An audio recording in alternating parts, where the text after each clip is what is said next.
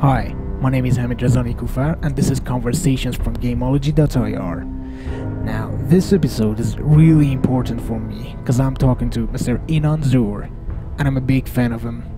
For those of you who may live in a cave, I have to say he's the composer of many great games like Prince of Persia, Dragon Age, Crisis, and Fallout series. What you hear is Fallout 4. Amazing.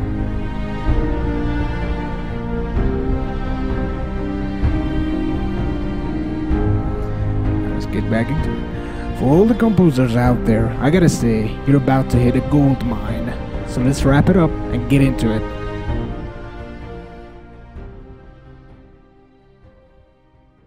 Thank you so much. How are you doing, sir? Excellent. Kind of a exciting week, as you probably could understand. We see right now that on iTunes we are ranking number 2 for the soundtrack. That's of best 100 selling albums. So it's crazy. It really never happens to games soundtracks. It's usually like either Broadway show or musicals or like movies, but not games. So this is unprecedented, really. Yeah, man, it's Fallout and it's Inon Zur. I mean, how can this go wrong? Yeah. Well, it's mainly Fallout. I mean, I'm there, and I'm doing my best. But I mean, the game is amazing, and No, I was telling my friends that I'm going to talk to Inon Zur, and nearly every one of them were excited about it, and they were like, "Man, I love his work on Dragon Age, or Fallout, and stuff." I mean, your reputation is very, I think, important in this matter.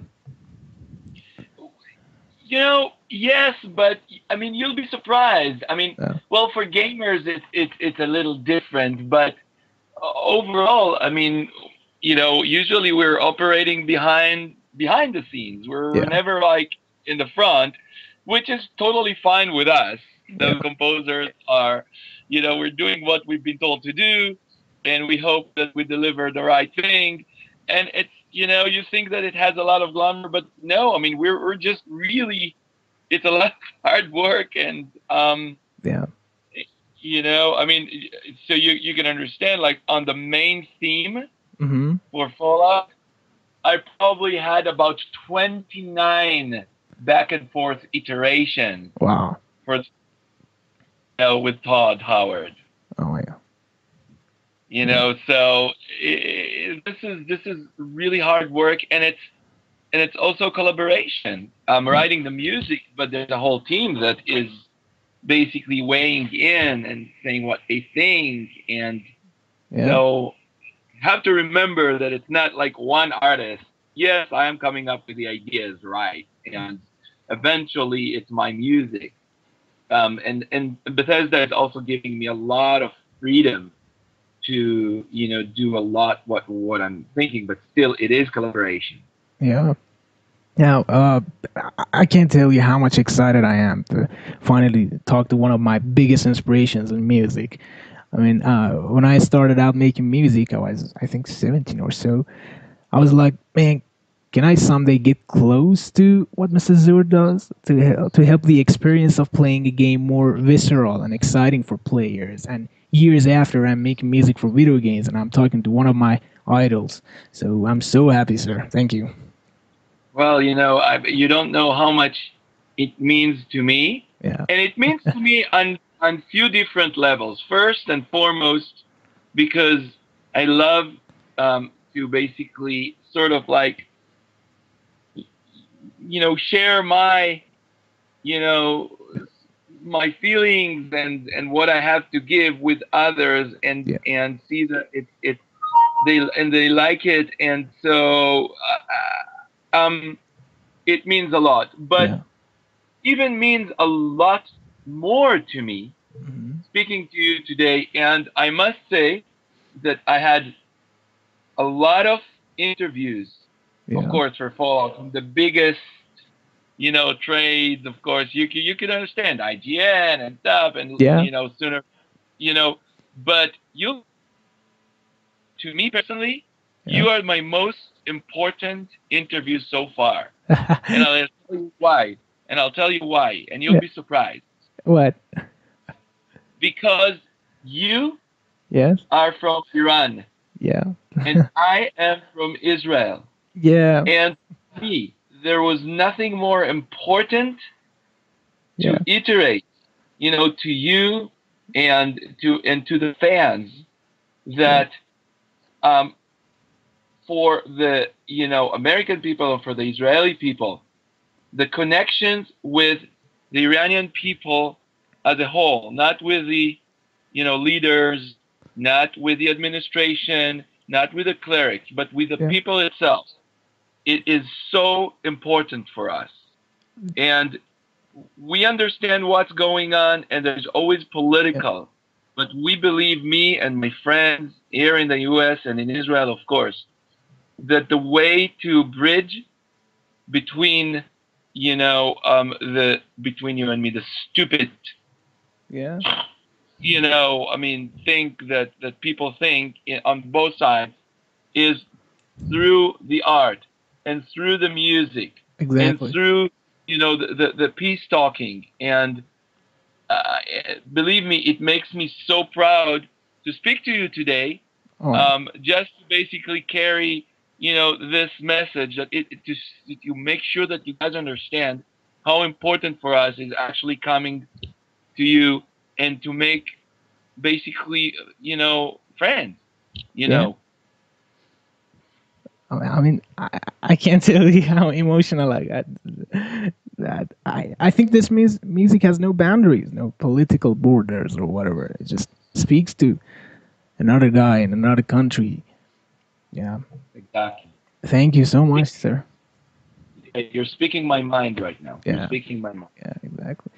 Now, the journey of becoming a composer is a really tricky one. There are a lot of ups and downs, and some days you feel like you're the best, and some days you're like, "What the hell am I doing? I should leave before I embarrass myself." And not a lot of Right. people can handle that, I think. So, asking a question: when you first started music, did you know that someday you will be the great Inon Zur that you are now? And if not, how did you handle the despair that you might have? Okay, so let me answer it to you with stories that will basically give you the answer of my journey. Yeah, Okay, yeah, I'm ready. I basically, when I came to LA, it was in 1990, and I worked really hard, and I really wanted to compose music for films and for TV, and I didn't know nothing about video games at this time, nothing. Yeah, And in 1994 or 95, actually, I started working at the Fox Family Channel, composing a lot of music for all these kids shows, Power Rangers, Beetleborgs. I mean, I'm sure that these things eventually, came to Iran, at some kind of platform. But here in the U.S., they're huge shows. yeah, But I felt that it wasn't really, really what I wanted to do, because it wasn't that emotional, and just kids show basically. yeah. And then one day, somebody called me and said, like, "Do you want to compose music for video games?" And I said, "No, no, no, I'm not interested," because I didn't watch that. And then he said, "But there's a lot of orchestra and a lot of serious music involved." And I said, "Yes, I didn't know." And he started sending me like soundtracks and stuff. And I said, "Wow, that's Yeah. amazing! I really want to do it." So I said, "Okay, so we have opportunity." And the first game that I did was in '96 Yeah. or '97, if you were even alive at that time. It wasn't. Right? Um, and um, and it was Star Trek Klingon Academy. Okay, Yeah. and I was so proud of doing it, and I composed the music for the main theme, Wow. and I sent it to then on the head of audio at Interplay, today a really good friend of mine, an amazing sound designer called Charles Deanan. Yeah. And I sent it to him, and then I called him. And it's like, "Hey Charles, what do you think?" And he said, "I hate it." And that's how I started my journey in the computer game. Total despair at the beginning. Yeah, exactly. My first My first experience as a game composer. I hate it. Oh, Of course, after that, thank God, I made another stuff, and he loved it, and it all went good. And since then, I have so many times that I get rejected, and it's hard. It's harsh. yeah, I know.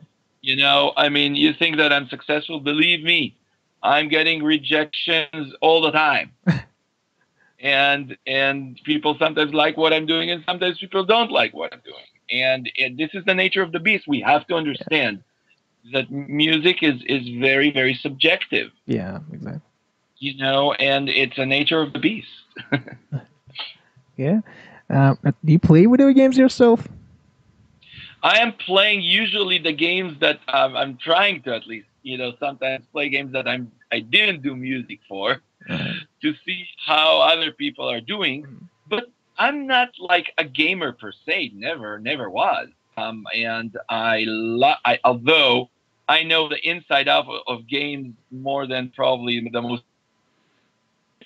because I've spent basically like all my life in them. yeah. But when it comes to really playing them, I'd rather actually go inside them. Oh, Sometimes watch other people play, or sometimes really get into um, sort of like looking at how it's really really working inside, rather playing, because when I'm playing them, I'm getting distracted. And yeah, for me, the big riddle is always like, I'm writing the music for you, the player. yeah. I want to sort of like come clean and see how it works with you, Mhm. how it affects you, and this way I'll become better, composer, and better, and I'll understand better the media. So this is where I'm standing with games. Yeah. Great. Now, I think also being in the business of making music for games and films is kind of a hard line of work. I mean, there are several game designers, artists, programmers, and etc. Involved in making a game, but most of the time there's only one music composer in a game. So the competition is really hard to have a chance of making music for a game. Now, what do you think is the key element in this competition that a composer should have? In other words, what should I do in order to compose the next Fallouts instead of you? Yeah, well, believe me, I mean, join the crowd. The competition is fierce, and Yeah, it's mounting. It's always there, and um, I think that overall you got to find it. It has basically two major elements. The first major element is that you will find your own voice in your composition. mhm, And if your own voice is getting this opportunity and yeah, people liking it, then it becomes you. And then people will hire you for who you are, and not for that you could do Hans Zimmer, or you could do John Williams, or you could do that, or you could do that. yeah, You stand better chances of getting a gig if you will come up with something that will be more original, and that will show a different ways yeah. of saying, of telling, the story. Yeah, sometimes Um, the sorry, the director, for example, wouldn't let you to do that. I mean, they're like, okay, can you hear this theme from Fallout? Okay, I want an exact thing, and you can't be original. You know, what do you do in that situation? that's totally true, Yeah, and this is the trap that thank God for games. It's less this way. Games are more open for originalities. There is not a lot you can do in this kind of situation. So you have to be very prolific and very flexible, and be able to do stuff that will sound alike, but try to inject a little bit of your own yeah, language inside. The other factor is personal connections. hmm, You got to be um, really know people, hang with people, um, and if you worked on one project, really make sure that you're doing a great job and keep connected to these people, and so they will keep on coming to you. yeah, When you get the first chance, you got to do. such a great job and go a lot of extra miles so they will know that yes, there are lots of competition, but we feel comfortable. See, people in Hollywood, Yeah. they overall they just don't want to be troubled too much, and they want Yeah, I somebody know. that's fun to work with, is reliable, is delivering on time, in budget, and is doing good job, and that's it. The rest Yeah. is bonus. There's no risk involved. Exactly. They don't want to take risks. That's why you see again and again and again the same composers, even though they're not that great. But hey, they did the job on this one, so they will do a good job. We don't want to take risks with a $400 million project. Yeah. Okay, just go on the safe side. And this is why it's so hard, basically, to sort of like get started, and you got to start with young people that believe in you, and you Yeah. got to be embedded in a project that even do it for free, but start somewhere and start to accumulate credits. Yeah.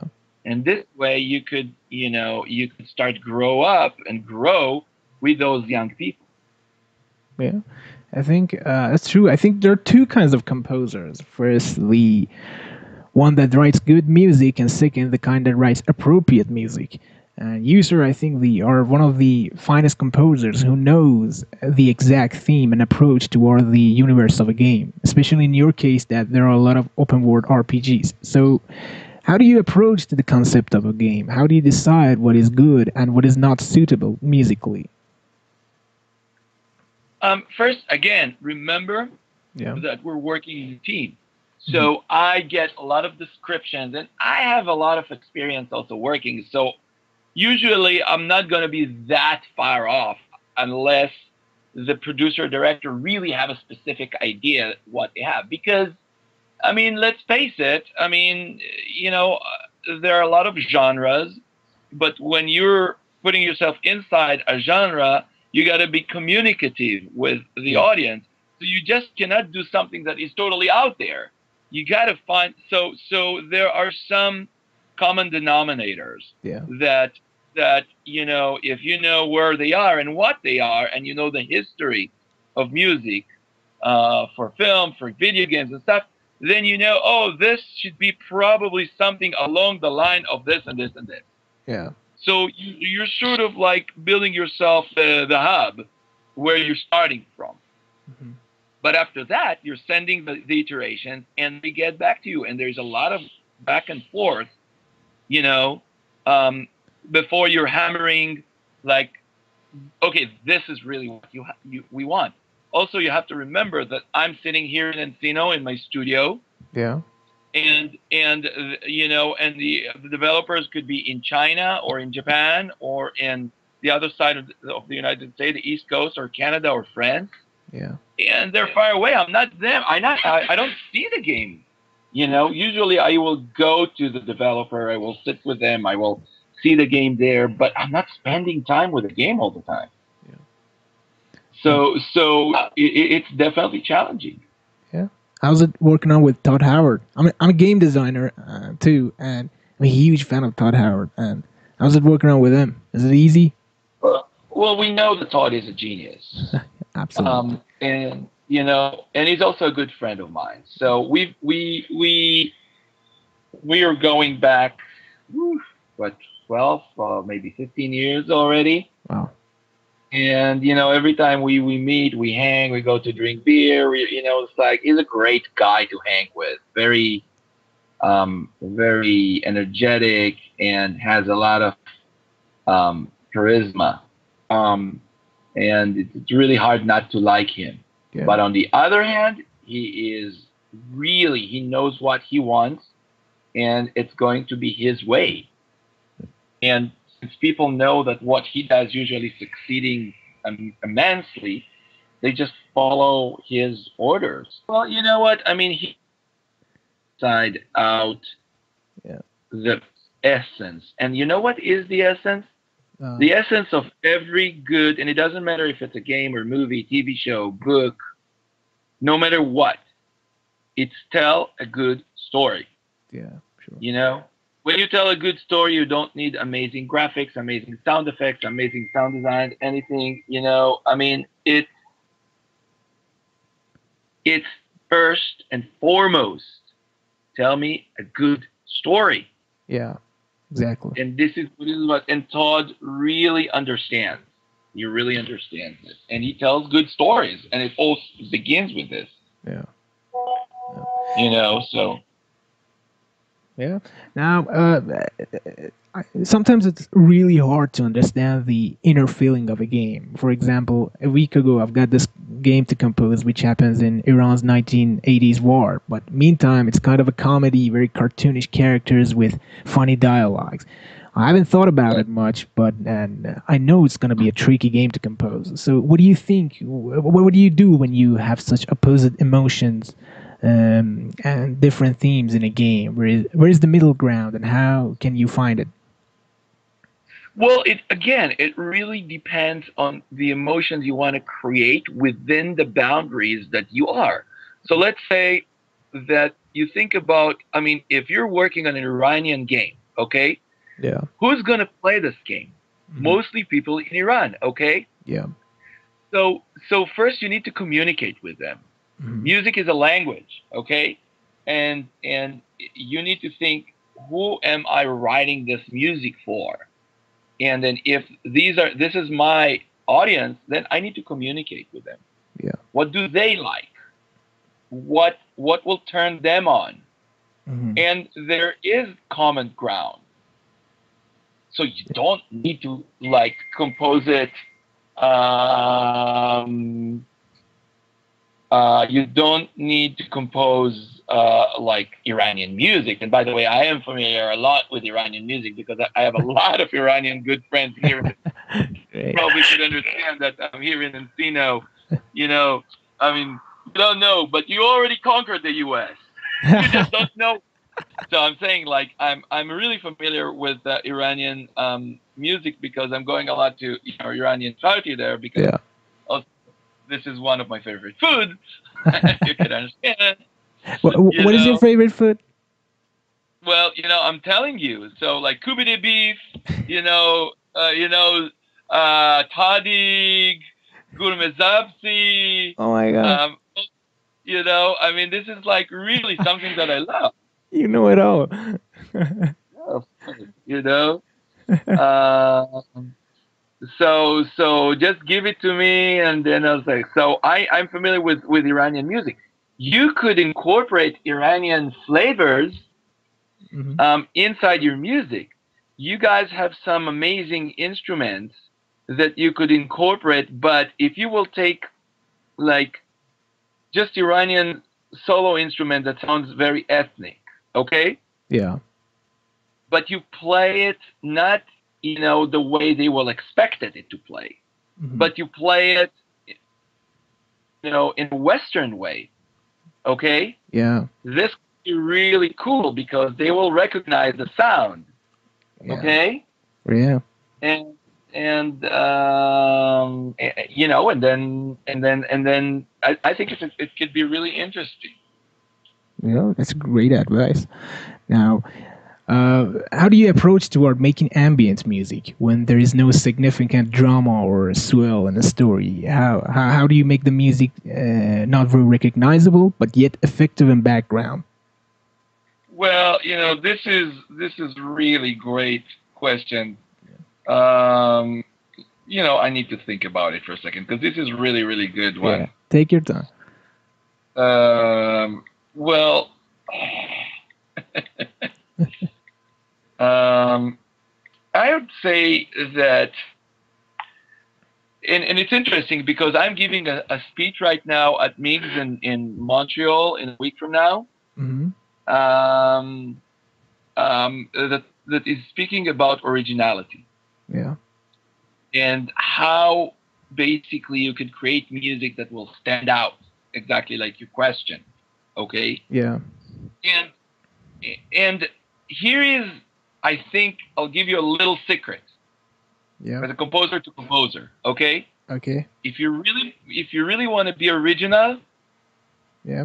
be 15 to maximum 20% original. That's it. If you will be more than that, you will become non-communicative with your audience, and they're going to lose you. Oh, And, and the first thing you want to do as a composer is to create a connection between you and the audience. Okay? yeah, You got to really hit on a stroke on a note that will create the bridge, will create the connection. Okay? yeah, So find the balance between about 80% things that people heard before, okay, mm-hmm. and 20% originality, either in your orchestration, let me give you an example. You're familiar, of course, with doo-doo, right? Yeah, amazing. You use it a lot, of course. Yeah, so like in my new Sword Coast Legend score, Yeah, the amazing duduk score. is thank you. The duduk is the main instrument there, Yeah, but I'm playing it in a Western way. So this is sort of like a touch of originality, but it's only like 10 to 15%. The rest is very familiar, Lord of the Rings style, blah blah blah, yeah. orchestral. But you know, this is I thought this what you're is the saying. secret.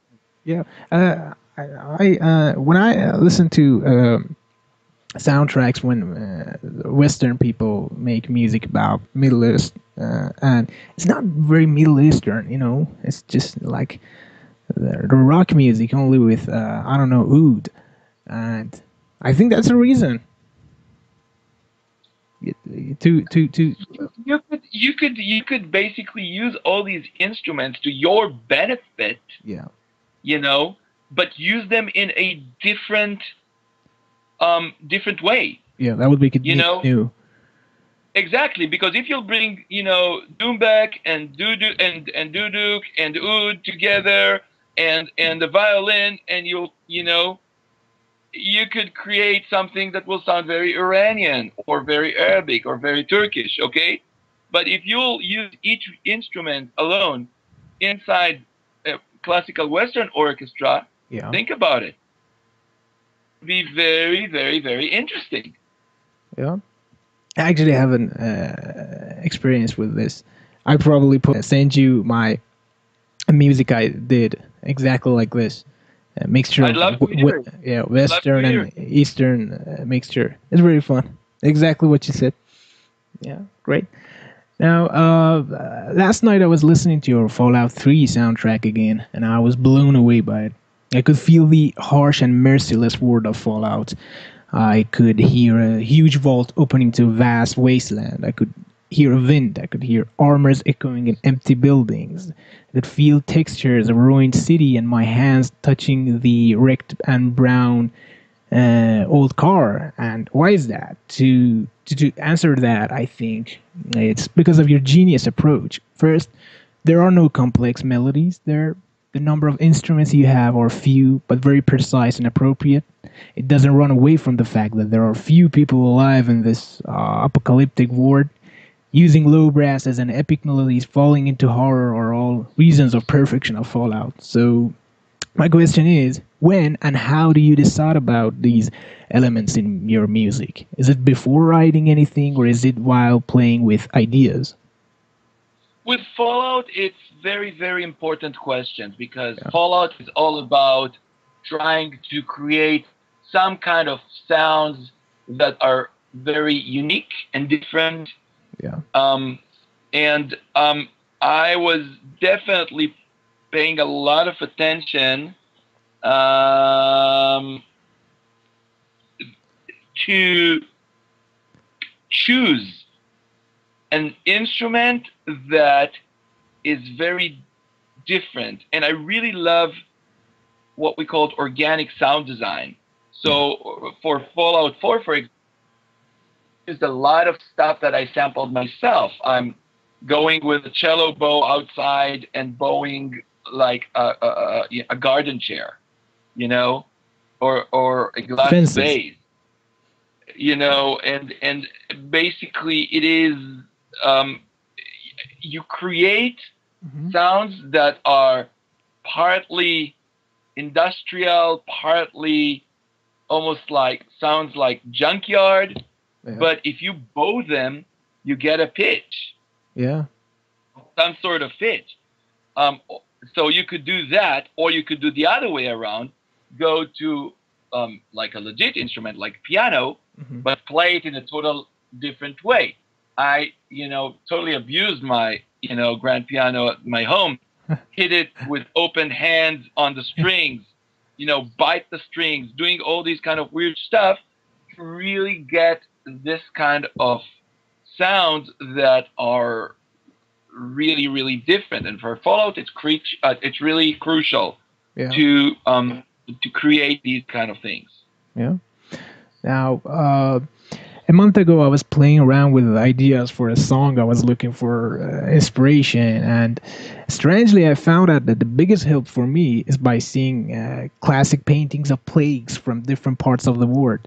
Now, the subject of the song was about some kind of a global ignorance that people are somehow blind to the real world they live in. And after observing these people and death around them, I came up with melodies and structure of the song. So it is strange how we get inspired by different materials. And what are your strangest source of inspiration? I really want to know about Fallout because I think it's a very conceptual piece of work. I mean, it's more about you are waking up in a world. You're going out of the vault. Hmm. What is the first sound you hear? Wind, I What think. is maybe, yeah. What is the first sight you see? You see devastation. Oh, What comes to mind when you hear these sounds and you see these sights? yeah. This is the first inspiration. Hmm. Inspiration usually comes from a lot of music that you heard before Hmm. because it somehow basically is being filed in your brain and in your memory, and it's sort of like burned there and it sits there, and you just need to basically your brain is sort of like calling in without even you knowing Yeah. this thing and this thing. And but this is because you already heard something like this before. Hmm. um, you call it inspiration, I can call it like recollections or memories. Yeah. But the real inspiration, so this is more of like the technical inspiration, meaning like it'll cause you to grab this, thing that you remember you heard, one time and it stayed in your brain and then you're bringing it out. Yeah. But the real inspiration is the actual emotion that calls for these, files to be taken out and put on the piano. Yeah. Now, let's talk about the little incident that happened this week, and it was the release of Fallout 4. And first off, congratulations! It's really amazing piece of work, both the game and the music. And I gotta say, I was quite surprised by the music. There are a lot of emotional cues there, using piano and cello, and it's completely understandable because this time the story is more emotional. We're dealing with losing our family, our son, our city, and every dream we had for the future. Now, let's talk about it. What was different in Fallout 4 and compared to the last one? Fallout 4 is different, and Yeah. it's more personal, it's more intimate, it's Yeah. more emotional. And I remember that almost 3 years ago, I went to Bethesda and I sat with Todd and Mark Lampert, who is the audio director. And after hearing everything they had to say, I told them, I think that my signature instrument for this one is going to be the piano. Piano. Yeah. And they were not sure about it. So then I came back and I started composing the main theme. And I used very harsh sound of me recording actually the actual piano I have at home. And it sounded very harsh. Yeah. So Todd liked the idea of piano, but he didn't like the harshness because he said, hey, we really want to create warmth. We want to create more hope. We want to create something that feels more emotional. Yeah. So I took few sounds from more like synth piano, and uh, basically merge them with a real piano sound. Yeah. And this is basically the signature piano sound that Fallout has. Yeah, it fits like a glove. Now, let's talk about goodies. What are your favorite plugins, synthesizer, and what is your DAW? Well, I'm working with Cubase 7.5. Didn't move to 8 yet. It just was too busy. Wow. But it's doing the job. And I'm working with tens and tens of libraries. And I think that, and also some library on my order. Basically, I sampled instrument, and this company created instruments like a contact instrument for me Yeah. for these. And this is something that I only have, and it's very very unique, and I'm using it a lot in Fallout. So and you could it really depends, but as far as plugins or libraries, it all comes to um, uh, layering. You Yeah. don't want to play usually only one patch of strings. It'll Mhm. sound synthy no matter how good it is. And each sample is good in this, but not so good in this. So you always need to modify and know what, like for example, LA scoring strings, really, really good marcato cellos and strings. So use it for that. Yeah. There's some great like lush strings in Symphobia. Use Mhm. that. Um, even the old Vienna, you know, orchestra, which is 15 years already Yeah. old, still has stuff that I'm using a lot. Uh, So, Spitfire has great French horn sound, Yeah, amazing. absolutely. Spitfire is great. But I'm always layering it with other French horns Hmm. or other so it's more about layering rather than, oh, this is my go-to patch. Yeah. Now, I love these hybrid electronic and orchestral kind of soundtracks. What do you think of them? I'm asking because you're mostly use real instruments, instead of synthesizers and such. And again, it's all what the project calls for. Hmm. Some projects will call for more synthesized, and Yeah. some projects will call for more. It's help the nature of the music by the needs of the project. Hmm. And if the project will call for that, you will find a good way and an interesting way to do it. Yeah. You know, like Trent Reznor, for example, is using it very well. Yeah. That's what he's known for. So you could take some ideas that he's doing and try to incorporate it in what you're doing. So this is again, it's the choices you make are the most important, and not really the actual instrument. It's about choices, what to use. Yeah. Great answer. Now, what do you listen to when you're not working? I'm listening to my sons. Believe Ah, me, how old is he? I have three sons. Oh, I have one that is 20 years old, your age probably, okay. um, and he's already 30 years in college. I have a 16 years old in 10th grade, and I have a 7.5 years old in second grade. So You're busy with them, so. exactly. So not a lot of time to listen to other stuff, but I love jazz. Oh, yeah. Do you listen to soundtracks? I do, but I usually do listen to soundtracks that I'm curious, more of curiosity Hmm. rather than enjoyment, because I really want to keep myself open to other people and to elements of people, other people. So it's more out of trying to learn and to see what other people are doing rather than enjoyment. Yeah, I do that too. Exactly for the same reason. Now, what was the last amazing soundtrack you listened to? Oh, there's so many. Um, Just categorize it: you know, video games and films. you for video games, I really like what Greg Edmondson is doing. Yeah. Uncharted. I really, you know, dig. I think that Jason Graves really has a lot of great stuff. Yeah. Amazing. Um, and film for me, my favorite. Well,